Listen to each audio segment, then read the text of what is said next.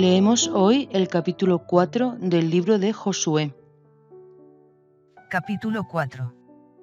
Las 12 piedras conmemorativas. 1. Cuando todo el pueblo terminó de pasar el Jordán, el Señor dijo a Josué. 2.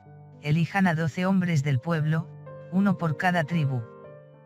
3. Y ordénenles lo siguiente: retiren de aquí 12 piedras, tómenlas de en medio del Jordán, del mismo lugar donde estaban apoyados los pies de los sacerdotes, llévenlas con ustedes y deposítenlas en el lugar donde hoy van a pasar la noche.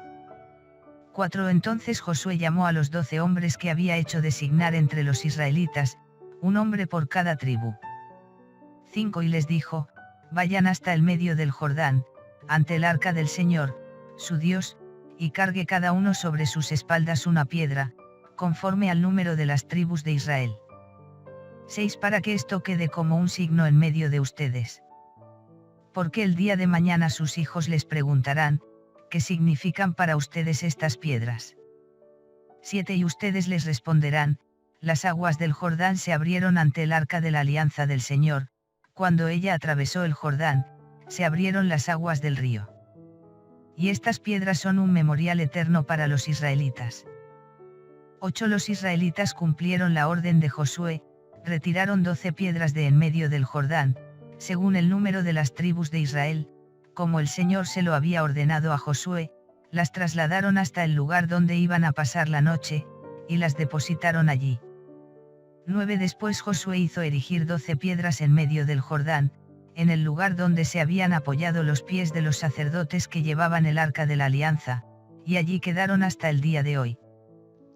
Una vez que pasan el Jordán, lo primero que les ordena el Señor es que hagan un monumento conmemorativo para recordar ese paso por el Jordán. Son 12 piedras que servirán como catequesis para las futuras generaciones. Tenemos la responsabilidad de enseñar a nuestros hijos, de transmitir la fe que hemos recibido. Dios se nos ha revelado para que sepamos quién es y no debemos olvidarlo, y además eso debemos de transmitirlo de generación en generación. Es nuestro deber y responsabilidad. Además, hoy día yo creo que es un tema bastante preocupante porque no se está transmitiendo realmente la fe entre generaciones y se está perdiendo realmente. Nuestros hijos ya no conocen, básicamente es que no conocen nada, no tienen apenas formación ni siquiera los conceptos básicos. Es más, incluso nosotros, nuestra generación, tampoco hemos recibido una formación en la fe y no sabemos ni en qué creemos. Es muy importante, es básico que al menos conozcamos o tengamos conocimiento de lo que el Señor pues, nos ha transmitido, de su revelación y de cuáles son realmente las creencias, que no hagamos mezclas con otras creencias. Y hay católicos creyendo en la reencarnación y bueno, eso es contrario a nuestra fe, por ejemplo, ¿no? Es muy importante el conocer exactamente qué es lo que nos ha transmitido el Señor, cuáles son los dogmas de fe de la Iglesia Católica. No está mal cogerse un catecismo de vez en cuando, sino el catecismo de Juan Pablo II, el compendio, el Ripalda o el de San Pío X, algún catecismo pues que contenga la fe verdadera de la Iglesia Católica y que si tenemos hijos pues le transmitamos esa fe y nos encarguemos nosotros de hacerlo, no lo van a hacer en el colegio. Está claro, en los colegios ya se ha proclamado la educación laica y si hay una clase de religión muchas veces deja muchísimo que desear. La catequesis en la iglesia es un poco más efectiva, pero no siempre hay disponibilidad y muchas veces también hay que comprobar qué clase de catequesis se está dando en la iglesia. Desgraciadamente hay hoy día mucha crisis de fe en la iglesia. El modernismo es una herejía que se ha extendido muy silenciosamente y que actualmente pues no se está combatiendo y que está distorsionando la verdadera fe católica, que se ha transmitido a lo largo de todos los siglos y que últimamente, en los últimos años, pues está completamente distorsionada por esta herejía que es el modernismo. Por eso es básico y fundamental que nos formemos dirigiéndonos directamente a las fuentes de la fe, que son pues la Biblia, la tradición, que está reflejada en catecismos tan buenos como los que he nombrado antes, y el magisterio de la Iglesia. Se puede también utilizar lo que es el compendio de magisterio, el de Zinger, que es bastante bueno también. Y bueno, también, por supuesto, santos, padres de la Iglesia como San Agustín, Santo Tomás, Santa Teresa de Jesús, santos que sean realmente fiables. No intentar evitar lo que es moderno, porque no sabemos cómo nos pueden meter la distorsión y nos pueden crear muchísima confusión. Es mejor irse a fuentes fiables. Y volviendo al texto, aquí vemos como el Señor mismo ordena que se recuerde y se conmemore todo aquello que Él ha hecho por nosotros como testimonio de fe para que se transmita de generación en generación. Esto es un ejemplo claro de cómo el Señor nos pide que se haga eso, esa transmisión de la fe. Fin del paso del Jordán. 10. Los sacerdotes que llevaban el arca permanecieron de pie en medio del Jordán, hasta que se cumplió todo lo que Josué comunicó al pueblo por orden del Señor, conforme a las instrucciones que Moisés había dado a Josué. El pueblo se apresuró a pasar. 11. Y cuando terminó de hacerlo, también pasó el arca del Señor, con los sacerdotes al frente del pueblo. 12. Delante de los israelitas cruzaron los rubenitas, los gaditas y la mitad de la tribu de Manasés, equipados con sus armas, como lo había dispuesto Moisés. 13. Eran cerca de 40.000 guerreros adiestrados, que avanzaban delante del Señor, preparados para combatir en la llanura de Jericó.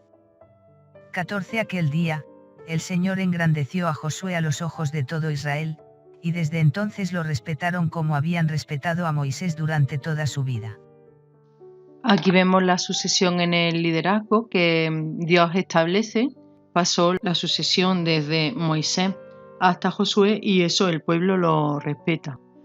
Igualmente en la iglesia, Jesús estableció a Pedro como dirigente de la iglesia, como cabeza de la iglesia, y se ha ido transmitiendo esa sucesión desde Pedro hasta hoy día en todos los papas de la iglesia, en el obispo de Roma, que es lo que fue Pedro, y cómo pues esto se refleja en este texto, ¿no? Que ese liderazgo lo establece Dios y cómo el pueblo respeta ese liderazgo.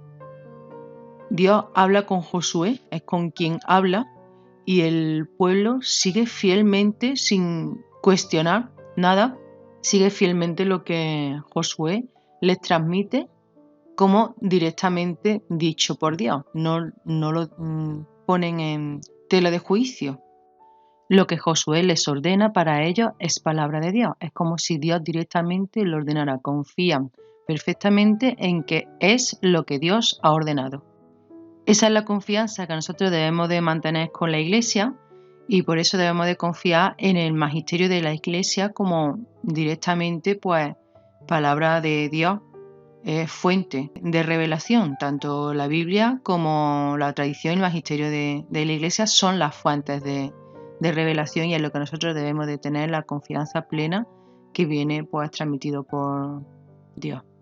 No ya el hecho a lo mejor de la papolatría que muchas veces se da, que se trata al Papa como si fuera totalmente infalible. La infalibilidad papal solamente se considera cuando el Papa se pronuncia ex cátedra, cuando está realmente transmitiendo o estableciendo un dogma de fe, porque se ha llegado a una mejor comprensión de la revelación que acabó con los apóstoles.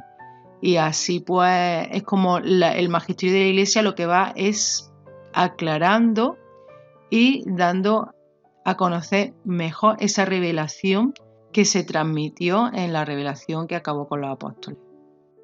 El magisterio de la Iglesia no amplía la revelación, sino lo único que hace es darnos a conocer con mayor claridad y enseñar esa revelación que ya se dio. Por eso no puede haber contradicción en el magisterio de la Iglesia. No puede haber una enseñanza que se diera a lo mejor en el Concilio de Trento y luego se contradiga totalmente en el Concilio Vaticano II. Eso, si se diera, lógicamente sería un error. No sería la primera vez que se ha dado un error y se han tenido que retirar documentos posteriormente, o incluso papas que se ha considerado que luego realmente no lo han sido. Había 40 papas que se han considerado antipapas después de haber sido papas. Eso también puede darse. La confianza que debemos de tener en el magisterio de la Iglesia tradicional. En la tradición es lo que debemos de confiar, en lo que se comenzó a transmitir desde el principio y se ha continuado estable a lo largo de los siglos. 15. Luego el Señor dijo a Josué. 16. Ordena a los sacerdotes que llevan el arca del testimonio que salgan del Jordán. 17. Entonces Josué ordenó a los sacerdotes que llevaban el arca, salgan del Jordán.